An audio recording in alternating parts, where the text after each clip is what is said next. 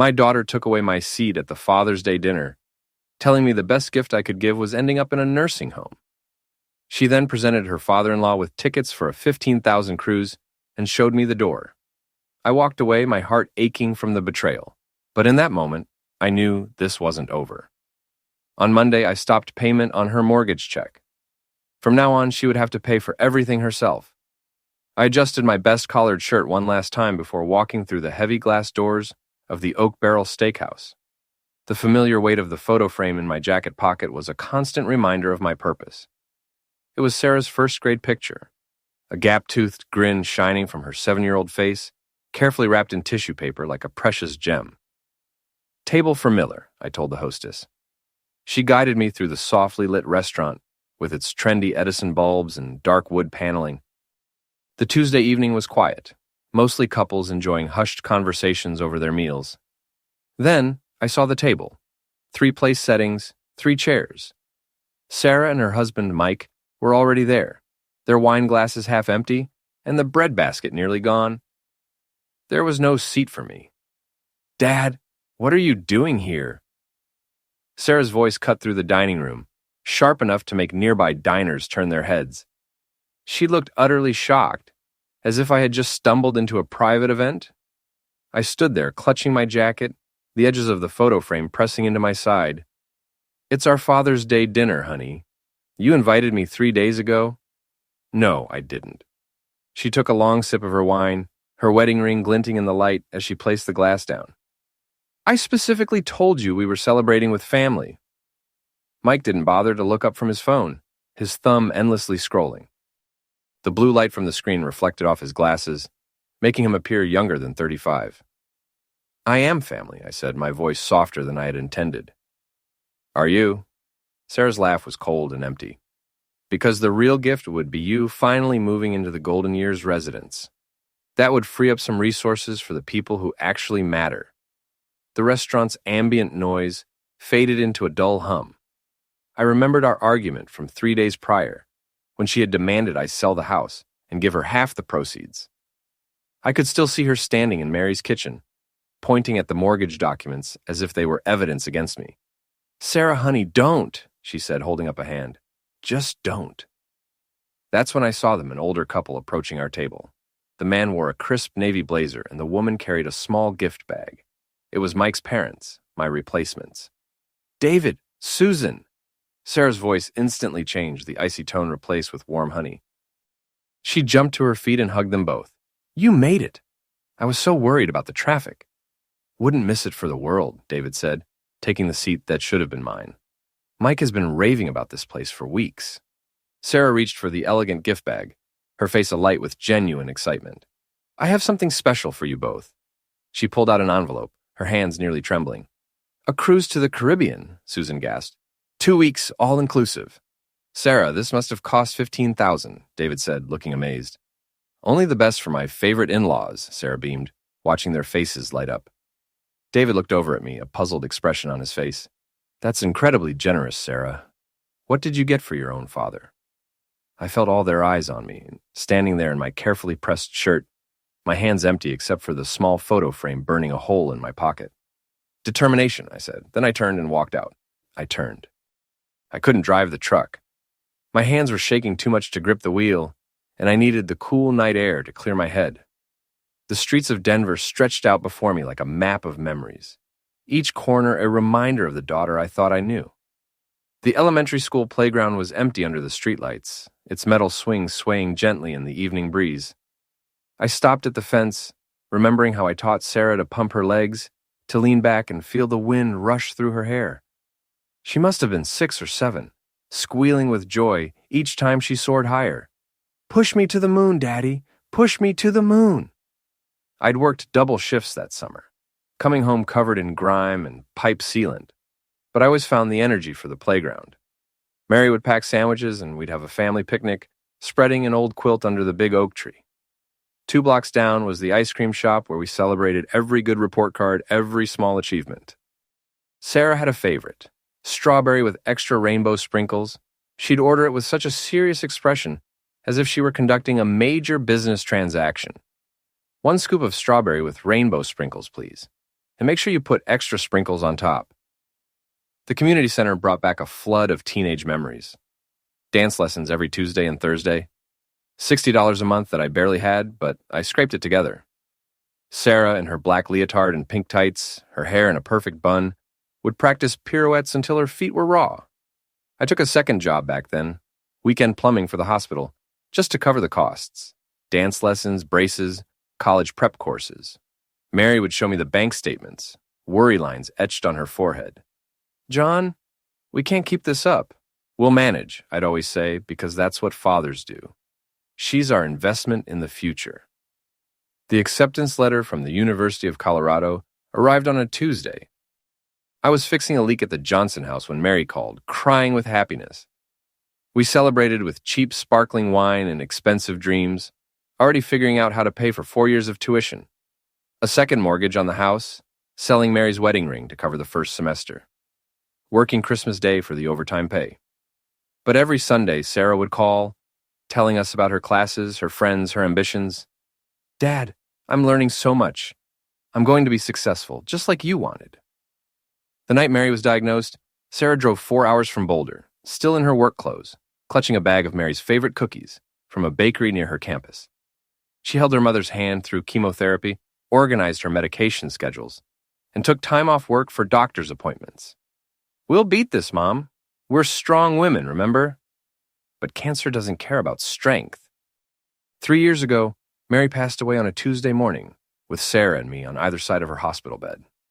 My daughter handled everything, the funeral, the flowers, the reception at the church. She seemed genuinely devastated, crying real tears as we lowered Mary into the ground. "Dad, we'll get through this together. Mom would want us to stay close." That promise lasted about 6 months. The calls grew shorter, the visits less frequent. Then the requests for money started. Small at first, then bolder. A loan for a vacation, help with the wedding, suggestions that I should downsize my life to fit her budget. When did she start rolling her eyes whenever I mentioned feeling lonely? When did she stop asking about my health, my hobbies, my life beyond what I could give her? I reached my front porch, the wooden steps Mary and I had built together creaking under my feet. The house felt too big and too empty, just as Sarah had said. But it was also filled with 40 years of memories, and I'd be damned if I'd let her turn me into a walking bank account. Sitting on those steps, listening to the quiet night sounds of Denver, I felt something shift inside me. The hurt was still there, raw and painful, but beneath it, something harder was forming. It reminded me that I'd been a plumber for 40 years. I knew how to fix things that were broken. And my daughter was definitely broken. Maybe it was time to stop enabling her and start holding her accountable. I'd sleep on it, but I had a feeling that tomorrow was going to be very different. I woke up with Mary's voice in my head, something she used to say when Sarah was little and would throw tantrums. "Actions have consequences, John. If you don't teach her that now, life will teach her later." The kitchen was too quiet without the morning news, but I needed the silence to think. I poured coffee into Mary's favorite mug, the one with the faded roses Sarah had given her for Mother's Day 15 years ago, and sat at the oak table where we'd shared thousands of meals. When had it all gone wrong? I needed to trace the problem, like finding a leak in a complex plumbing system, to find the break in the line. The change had started about 18 months ago, right after she began working at Thompson Development. Before that, she'd been a bookkeeper at a small firm downtown, making a decent living, but nothing extraordinary. Then Mike's father offered her a position, and suddenly, her salary doubled. That's when the first request came. $5,000 for a work vacation to Las Vegas. She called it a loan, promising to pay it back in 3 months. I transferred the money without a second thought, proud that she was doing so well. She never paid it back. When I brought it up 6 months later, she just laughed. "Dad, that wasn't a loan. That was family helping family." Next came the wedding expenses. $15,000 for the reception, $5,000 for the honeymoon, $3,000 for the photographer. All this while, she was planning an extravagant ceremony at the country club, complete with ice sculptures and a 7-course meal. "Family supports family," she'd said when I hesitated. Mom would want you to help me have the perfect wedding. She was using Mary's memory as leverage. That should have been my first major warning sign. Then came the comments about the house. Every visit, she'd make little remarks about how much space I was wasting, how the property taxes were draining my retirement, how much happier I'd be in a smaller place. Think of all the money you'd save, Dad. You could travel, enjoy your golden years, instead of being tied down to all this maintenance. But I had built this house with my own 2 hands. Mary had chosen every paint color, every piece of furniture. This wasn't just property. It was our life together, the only place I could still feel her presence. Last Christmas, Sarah canceled our dinner because it conflicted with Mike's family ski trip to Aspen. She suggested I make friends my own age, instead of relying on family for company. That's when I realized I had become an obligation, not a father. A checkbook, not a person. I finished my coffee and reached for the phone book. Jessica Davis's number was still there, the same as it had been for 10 years. Jessica had been Sarah's best friend since college, her maid of honor, practically a second daughter to Mary and me. Until 18 months ago when she suddenly vanished from Sarah's life. No explanation, no goodbye. Just gone. My finger hovered over the number. If anyone knew what had truly changed my daughter, it would be Jessica. She answered on the 3rd ring. Hello, Jessica. This is John Miller, Sarah's father. There was a long pause. Oh, hi, Mr. Miller. Is everything okay? I was about to ask you the same question. Can we meet? I need to understand what happened between you and Sarah. Another pause, longer this time. I don't know if that's a good idea. Please. I'm trying to understand who my daughter has become, and I think you might have the answers. I could hear her breathing, wrestling with the decision. Fine, she finally said. City Park, in 2 hours. I'll be at the bench by the river. Thank you, Jessica. Mr. Miller, be careful. Sarah isn't the person you think she is. The line went dead. I stared at the phone. My plumber's instinct told me I had just found the source of the leak. In 2 hours, I would know exactly what had corroded my daughter's moral compass. And then I would know how to fix it. City Park stretched along the South Platte River like a green ribbon, the cottonwood trees rustling in the afternoon breeze. I arrived 20 minutes early, needing time to calm my nerves before hearing what Jessica had to say. She appeared at exactly 2 o'clock, holding a coffee from the Daily Brew and walking with the hesitant steps of someone who would rather be anywhere else. At 30, Jessica had a quiet beauty that radiated genuine kindness, something I'd always admired about Sarah's choice of friends. Mr. Miller. She sat down beside me, leaving a careful distance between us. I wasn't sure you'd actually come. I wasn't sure you'd tell me the truth if I did. That earned a sad smile. You were always direct. I liked that about you and Mrs. Miller. We sat in silence for a moment, watching a pair of ducks glide along the river's edge. Jessica clutched her coffee cup like a lifeline, steam rising into the cool air. What happened between you and Sarah? I asked. She changed. Jessica's voice was barely a whisper. After she started working for Mr. Thompson, she became someone I didn't recognize. Changed how? Jessica stared at the water, struggling with her words. She started doing things, illegal things, at work. My chest tightened. What kind of things? I shouldn't be telling you this. She looked at me, genuine fear in her eyes. If Sarah finds out, she won't hear it from me. I give you my word. Jessica took a shaky breath.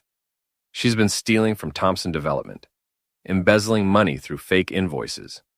The words hit me like a physical blow. What? She creates invoices for supplies that were never ordered, materials that were never delivered. Then she pockets the difference. I saw the documents when I visited her office last year. I tried to process it. My daughter, the bookkeeper, was a thief. How much? Thousands. Maybe tens of thousands. She's been doing it for over a year. How do you know all this? Jessica's hand shook as she set down her coffee. I saw the fake invoices on her desk. When I asked her about them, she just laughed it off, said it was creative accounting. But I knew what I was looking at, Mr. Miller. I've been a bookkeeper for 8 years. You confronted her? I tried. I told her she needed to stop, that she was going to get caught. That's when she showed me who she really was. Jessica's voice hardened. She threatened to ruin my reputation. She said she'd tell everyone I was the one stealing. She had it all planned out, how she'd make me the scapegoat if anyone got suspicious. The pieces were falling into place. The expensive gifts, the lavish lifestyle, the constant need for more money from me. Sarah hadn't been successful at work. She'd been supplementing her income with theft. The Las Vegas trip, I said. The wedding expenses.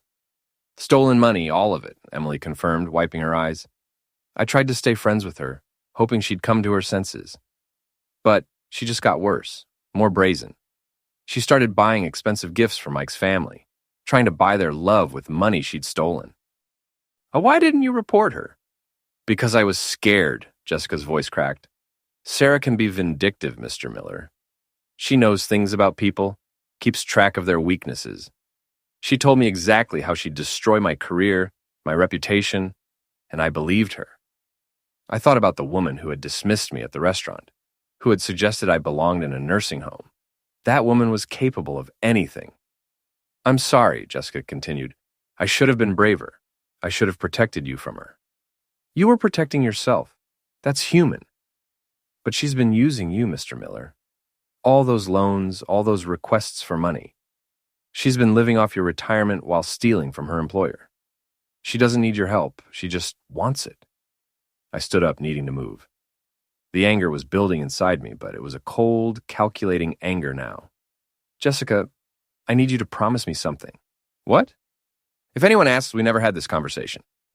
I don't want Sarah taking her revenge out on you. What are you going to do? I looked at the river, watching it flow steady and patient toward its destination. I'm going to teach my daughter about consequences. Jessica stood too, studying my face. Mr. Miller, be careful. Sarah isn't just greedy. She's smart. And she's dangerous when she feels threatened. So am I. We shook hands, and I watched her walk away, her shoulders hunched, as if she were carrying the weight of the world. Then I got in my truck and drove home, my mind already working through the possibilities. I had ammunition now, real ammunition. The question was how to use it most effectively. Sarah wanted to play games with family loyalty. She wanted to treat me like a walking ATM. Fine. Let's see how she handled it when the money stopped flowing and the consequences started rolling in. It was time to remind my daughter that actions have consequences, and I was about to become hers. Back in my home office, I sat at the wooden desk Mary had rescued from a garage sale 20 years ago. The laptop's cracked screen corner caught the lamplight, a reminder that some things can still work even when they look broken.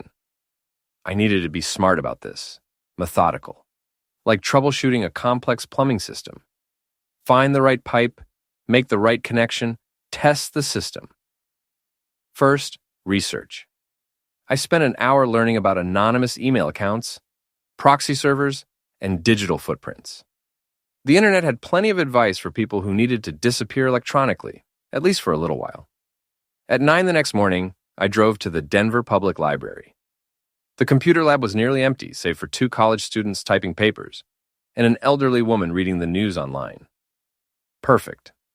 I chose a terminal in the corner, created a Gmail account under the name Concerned Citizen 2025, and opened a new message to David Thompson Sr. My fingers hovered over the keyboard, decades of plumbing work making them steadier than my nerves. Dear Mr. Thompson, I have information about financial irregularities at your company that require your immediate attention. I wrote carefully, like drafting a plumbing schematic. Precise, factual, impossible to misinterpret. Jessica's details filled the email. Specific dates from last October, invoice manipulation techniques, estimated amounts stolen.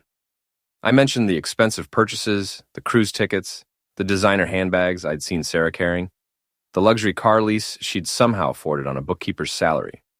The most damaging detail came last. These stolen funds have been used to purchase expensive gifts for your family, making you unknowing recipients of company theft. Your business's reputation could be severely damaged if this fraud continues. I reread the message 3 times, checking for anything that might trace back to me. It sounded like a concerned employee, someone with inside knowledge but no personal vendetta. My finger hovered over the send button. Once I clicked this, There was no going back. Sarah's world would begin to crumble, and she would know someone was fighting back. At 11:47 p.m., I clicked send. I drove home and poured 3 fingers of whiskey from Mary's anniversary bottle, the one we'd been saving for a special occasion. This seemed special enough. The response came at 6:23 a.m., waking me from an uneasy sleep. My phone buzzed with an email notification. This is impossible, but I will investigate immediately. Thank you for bringing this to my attention. D. Thompson. I smiled into my coffee cup. The wheels were now in motion. The phone's shriek cut through the peaceful Friday morning silence like a fire alarm. I knew that ring. Urgent, demanding, designed to make me jump. Sarah's special tone. You did this. You ruined everything. Her voice was so loud I had to hold the phone away from my ear. It was a high-pitched mix of fury and something else. Panic. Sarah, what are you talking about? What happened? Don't play innocent with me! She was crying and screaming at the same time, the words tumbling out in a breathless rush. I know it was you. Only you would be vindictive enough to destroy your own daughter. Sweetheart, I don't understand. I got fired yesterday. Fired? Mr. Thompson called me into his office with some anonymous email about... Her voice broke into sobs. I waited, letting the silence stretch. When she spoke again, the rage had returned. He had bank statements, Dad. Transaction records. He knew about invoices. He knew everything. Her breathing was ragged. Someone's been watching me, following my work, documenting every single... Why would anyone think you're stealing? That's a serious accusation. Because I was stealing! The admission exploded out of her. I was taking money from the company, okay? Are you happy now? I was creating fake invoices and keeping the payments. Even though I was expecting this confession, hearing it still felt like a punch to the chest. My daughter was a thief, not just greedy or entitled, an actual criminal. Sarah, why would you... Because I needed the money. Do you think Mike's salary covers our lifestyle? Do you think your pathetic little checks every month were enough? Her voice turned vicious. I needed real money for real things. The cruise, the car, the gifts for people who actually matter. But stealing from your father-in-law's company? It was easy money. He never checked the books, never questioned anything. Until someone you decided to ruin my life. I could picture her pacing, gesticulating wildly, the way she did during teenage tantrums. Some things never changed. They escorted me out like a criminal, she continued, her voice cracking and everyone watching while I packed my desk in a cardboard box. Security walking behind me like I might steal a stapler on my way out. What did Mike say? Nothing. He said nothing the entire drive home. Just sat there like a statue while his wife got humiliated in front of his family's company. Her rage found a new target. 30 minutes of dead silence. Then he locked himself in his office and won't even look at me. Maybe he's just processing. I know it was you. Her voice dropped to a deadly whisper. You found out somehow, and you decided to get your revenge for the other night. Well, congratulations, Daddy. You won. I would never hurt my daughter. Liar! The word came out like a hiss. But if you think this is over, you're wrong. I'm going to make your life miserable. I'm going to tell everyone what kind of man you really are. By the time I'm done, you'll be sorry you were ever born. The line went dead. I set the phone down carefully, removed the mask of confused hurt I'd been wearing, and allowed myself a small smile. Phase 1 was complete. Now, I just had to wait for her countermove. I didn't have to wait long. Later that afternoon, I decided to celebrate with a backyard barbecue. Nothing fancy, just burgers on the grill, and a few neighbors over to enjoy the evening. I started with Tom Wilson next door, a retired teacher who'd become a good friend since Mary's death. Hey, Tom, you busy tonight? Thought I'd fire up the grill, maybe share a beer. Silence stretched across the phone line. Maybe not tonight, John. I'm busy. Strange. Tom usually jumped at any excuse to avoid his wife's cooking. I tried Linda Kim across the street. Same uncomfortable response. The Clarks 2 houses down gave me an awkward excuse about visiting grandchildren. Something was wrong. I walked over to Tom's house and found him watering his front garden with unusual intensity. When he saw me coming, his shoulders tensed. "Tom, everything okay? You seemed strange on the phone." He wouldn't meet my eyes. "John, there's some stuff going around about you online. Probably nothing but—" "What kind of stuff?" Tom glanced around nervously, then gestured for me to follow him inside. His wife Helen was visiting her sister, leaving us alone in his cluttered living room. "Someone's been posting about you on Facebook and next door. Nasty stuff." He pulled out his phone and scrolled through several screens. "Look at this." The posts were from an account called Concerned Neighbor CO. Obviously fake, but designed to look local. My stomach dropped as I read the accusations. Warning about a dangerous man on Elm Street. History of aggressive behavior toward women. Threatened his own wife before she died. Multiple women report inappropriate comments and following behavior at grocery stores. Owes money to half the neighborhood. Concerning behavior around young people observed. Each lie was carefully crafted to destroy my reputation without being specific enough to verify. Classic character assassination. I didn't believe it, of course, Tom said quickly, but others are talking. Mrs. Evans screenshotted everything before the post got deleted this morning. My phone had been quiet all day. No return calls because people thought I was dangerous. No barbecue guests because my own daughter had painted me as a predator. "Tom, come see my computer. Let me show you something." 20 minutes later, Tom was convinced. We gathered Linda Kim, the Clarks, and Mrs. Evans in my living room. I showed them my clean background check. Character references from my church. Decades of community involvement. I explained carefully, "My daughter is angry about family finances. This is her retaliation." Mrs. Evans, 73 and sharp as a tack, snorted with disgust. That girl always was spoiled. I remember her teenage parties. Noise, mess. No respect for her neighbors. "The posts are gone now," Linda noted, studying her phone. "The account was deleted completely." "Because she knew they were lies," I said. "But the damage was supposed to be done." Tom shook his head. "We should have known better. Known you better." The Clarks, married for 40 years, exchanged glances. "Sometimes family hurts you worse than strangers," Mrs. Clark said quietly. "We've seen it before." By evening, we were all in my backyard with the Weber grill fired up, neighbors bringing side dishes as originally planned. The counteroffensive had worked, but I understood now that Sarah was willing to destroy me completely. She just made this personal in a whole new way. Linda's potato salad arrived in Mary's old serving bowl, the blue ceramic one with hand-painted flowers that I'd lent her months ago and forgotten about. Somehow, seeing it again, surrounded by neighbors who had chosen to believe in me rather than anonymous online poison, made everything feel more like family than my actual family had in years.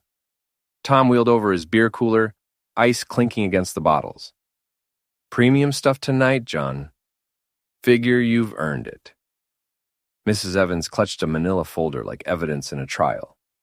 I printed everything before she deleted it. Every lie, every fake accusation, just in case she tries again. The Clarks brought cornbread wrapped in a checkered cloth, still warm from the oven. Simple gestures, but they meant more than Sarah's 15,000 cruise gifts ever had.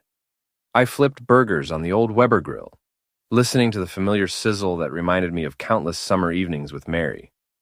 The citronella candles flickered in the gathering dusk, keeping the mosquitoes at bay while conversation flowed around my picnic table. "Sometimes you have to protect yourself from your own family," Tom said, opening his second beer. "Learned that the hard way with my brother. Drank his way through every relationship, every job, every chance I gave him." Linda nodded. "My brother was the same with money. Always needed a loan. Always had an emergency. Took me years to realize I was enabling him, not helping him." Mrs. Clark, who'd raised 4 children and buried one, spoke with quiet authority. "Love means setting boundaries. If you don't teach consequences, life will teach them harder." The conversation felt like a therapy session. Everyone was sharing stories of family manipulation, financial abuse, and emotional blackmail. I wasn't alone in this struggle. I'd been paying her mortgage for 3 years, I admitted, the words coming easier than I expected. 2,847, 50 every single month. Said it was temporary help until she got established. The silence that followed was telling. Jesus, John, Tom muttered. That's more than my pension. Mrs. Evans' voice sharpened. If she can afford luxury cruises, she can afford her own bills. You've been too generous, Linda said gently, but generosity without boundaries becomes exploitation. The sun disappeared behind the mountains, leaving us in the warm glow of the string lights I'd hung for Mary's last birthday party. My neighbors' faces looked serious, concerned, and supportive. Maybe it's time she learned some financial responsibility, Tom suggested. I'd been thinking the same thing for days. But hearing it from people who cared about me made the decision feel less like revenge and more like a necessity. Sometimes love means saying no. Sometimes it means letting people face the consequences of their own choices. As my neighbors packed up leftovers and said goodnight, promising to monitor social media for any new attacks, I felt something I hadn't experienced in months. Genuine support. These people had my back, not because they owed me money or needed something from me, but because they knew my character. After cleaning up, I sat at my kitchen table with the checkbook open, looking at Monday's scheduled automatic payment to Sarah's mortgage company. 18 more months of advance payments, totaling over $50,000 she'd never asked for, never thanked me for, and simply expected like a monthly allowance. If Sarah wanted to play hardball, she was about to learn who had taught her how to throw. Monday morning, I had a phone call to make. At 6 a.m., I sat at my kitchen table with the checkbook open, running the numbers one final time. 51 now, 255. That's what I'd paid in advance on Sarah's mortgage. 18 months of payments at $2,847. 50 each. Money that could have been my security, my emergency fund, my freedom. Instead, it had become her expectation. I arrived at Centennial Bank 15 minutes before it opened, sitting in my truck and watching the employees unlock the doors, turn on the lights, and prepare for another day of financial transactions. The parking lot felt like a battlefield, where I was about to fire the shot that would be heard around my daughter's world. Maria Sanchez, the loan officer who'd handled my account for 5 years, recognized me immediately when I walked through the glass doors. Mr. Miller, right on time as always. Here for your regular deposit? Actually, Maria, I need to stop the automatic payments on the Miller-Thompson mortgage. Her fingers paused over the keyboard. Stop the payments? Mr. Miller, that will put the account in immediate delinquency. I understand the consequences. Maria's professional concern kicked in. She pulled up the account, studying the screen with growing alarm. You've been current for 3 years, paid 18 months in advance. Are you experiencing financial hardship? No, I said. I'm experiencing clarity. The paperwork took 20 minutes. Maria warned me 3 separate times about foreclosure timelines, credit damage, and potential legal consequences. Each warning felt like permission to proceed. Mr. Miller, this could affect your daughter's credit permanently. Are you absolutely certain? I thought about the cruise tickets, the designer handbags, the public humiliation at the Oak Barrel. My daughter made her choice. Now I'm making mine. Walking to my truck, I felt lighter than I had in years, not vindictive, liberated. The drive home passed in contemplative silence. Radio off, windows down, the Colorado air filling my lungs like freedom itself. Back in my driveway, I sat for 10 minutes before going inside. In 90 days, Sarah would receive her first foreclosure notice. Plenty of time for her to figure out a solution if she chose responsibility over entitlement. She had $15,000 in cruise money. She could use that for the mortgage payments. That evening, I unplugged the phone and made dinner without anxiety. For the first time in months.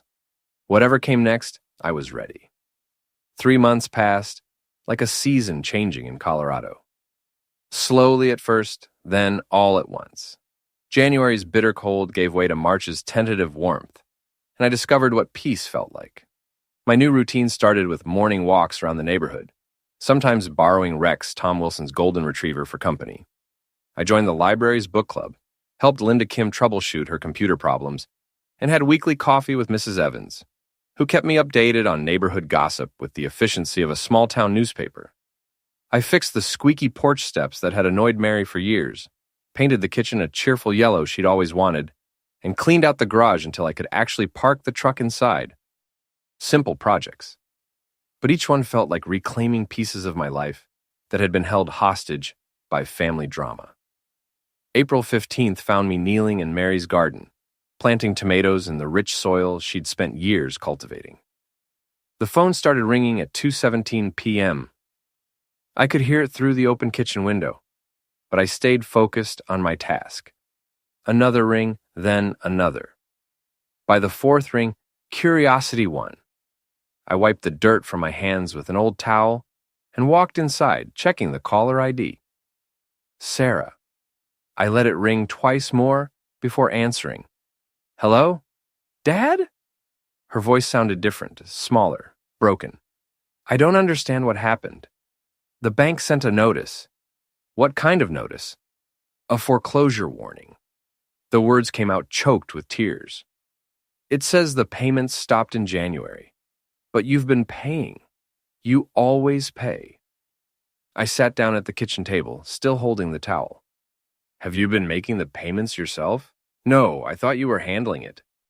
You always handle it. Her breathing was shaky, panicked. They're saying we're $8,500 behind. How is that possible? The moment felt suspended, like standing at the edge of a cliff before jumping. I stopped making your mortgage payments in January. Silence. Complete stunned silence. Then, you what? How could you do this to us? I decided you're old enough to handle your own responsibilities. But we don't have that money. Her voice climbed toward hysteria. The foreclosure timeline is only 60 days. Dad, they'll take our house. That's what happens when you don't pay your mortgage. This is about the restaurant, isn't it? Accusation crept into her desperation. You're punishing me for one bad night. I looked out the kitchen window at the garden where I'd been peacefully planting minutes ago. I'm not punishing anyone, Sarah. I'm just not enabling you anymore. The line went quiet except for her ragged breathing. When she spoke again, her voice carried a new understanding of exactly how much trouble she was in. Dad! Her voice shifted, acquiring the honey-sweet tone I remembered from her teenage negotiations. I know I haven't been the daughter you deserved. Here we go. I settled back in my chair, recognizing the opening move of a familiar game. I was so stressed about work problems that night, I took it out on you unfairly. I never meant those things about the nursing home. You know that, right? Same playbook she'd used at 16 when she was caught sneaking out. Acknowledge wrongdoing minimally, blame external circumstances, and promise it wasn't real. Mom would want us to work this out as a family. Mary's name hit like a slap, but I'd been expecting it. Don't bring your mother into this. But she would. She always said family sticks together through tough times. She'd want you to help me save our house. Your mother also said actions have consequences. Pause, recalculation. New strategy. I'll visit every week. We'll have Sunday dinners again, just like when Mom was alive. I'll pay you back every penny with interest, I promise. Promises from someone who had just admitted to embezzling thousands of dollars. How will you pay me back without a job? Mike's father will hire me back once this blows over. Those accusations were just rumors from a disgruntled employee. She still couldn't admit the theft was real, even to herself. We'll have nowhere to go, Dad. Do you want your grandchildren to be homeless? You don't have children, Sarah. We're trying, we want kids. But how can we start a family without a home? The lies were getting more desperate, more elaborate. I could picture her pacing, gesticulating wildly, her brain spinning through increasingly unlikely scenarios. If you don't help me, you'll never see me again. Is that what you want? To lose your only daughter forever? I haven't seen you in 3 months anyway. That stopped her cold. When she spoke again, real tears replaced the manufactured ones. I'll sell the cruise tickets. That's $15,000. I'll use every penny for the mortgage. You should have thought of that before you booked the cruise. Please. The word came out as a wail. I'm begging you. I'm your only daughter. I stood up, walked to the kitchen window, and looked at the garden where I'd been peacefully working before this call shattered my afternoon. My daughter died the day she chose money over family. Dad, no, please don't. I hung up and immediately unplugged the phone from the wall. The silence that followed felt like a benediction. Walking to the stove, I put the kettle on for tea. My hands were steady, my conscience was clear. After 40 years of marriage and 32 years of fatherhood, I had finally learned the difference between love and enablement. 6 months later, on my 65th birthday, I sat on the front porch with my morning coffee and the Denver Post. The September air carried a hint of autumn, the leaves just beginning their annual transformation from green to gold. A small headline in the local section caught my attention. Foreclosure spike affects local families. The article mentioned several properties, including the Miller-Thompson residence on Maple Street. It was just a line item in someone else's story about economic hardship. But it confirmed what Mrs. Evans had already told me through her neighborhood watch network. Sarah and Mike had moved out in late August, loading a U-Haul with whatever furniture would fit. No dramatic rescue, no last-minute family intervention, no loan modification approval. Just the natural consequences of their choices finally catching up. They were living in a small apartment across town now. Sarah was working retail at Walmart.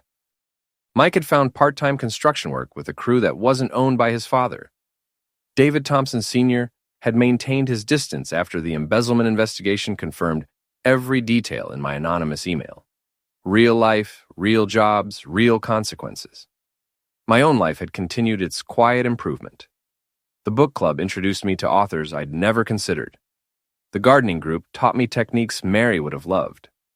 I'd started volunteering at the animal shelter, discovering that dogs were excellent listeners and never asked for money. Karen Peterson, a widow from my church, had become a coffee companion. Nothing serious yet, but we shared pleasant conversation and a mutual interest in hiking and crossword puzzles. She made me laugh, and I'd forgotten how good that felt. I'd lost 15 pounds, my blood pressure had improved, and I slept through the night without anxiety dreams about family finances. The savings account that had been hemorrhaging money to support Sarah's lifestyle was growing again, providing actual security instead of false guilt. Tom Wilson emerged from his house next door, coffee mug in hand. "Morning, John. Happy birthday, old man." "Thanks, Tom. Hard to believe it's 65.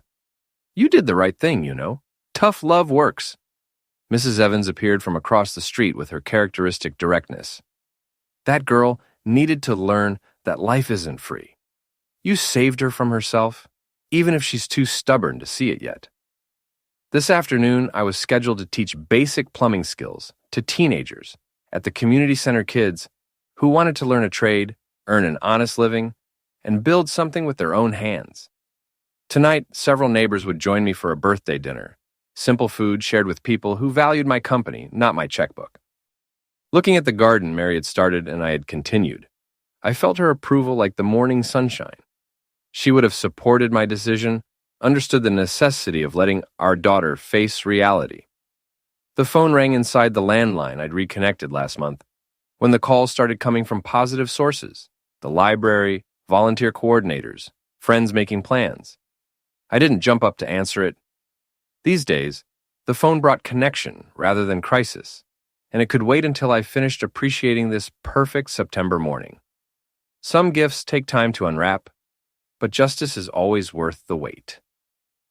I raised my coffee cup in a silent toast to Mary's memory and my own hard-earned peace. After all these years, I'd finally learned that sometimes love means letting people fail, and that was the greatest gift I could give my daughter, even if she'd never understand it.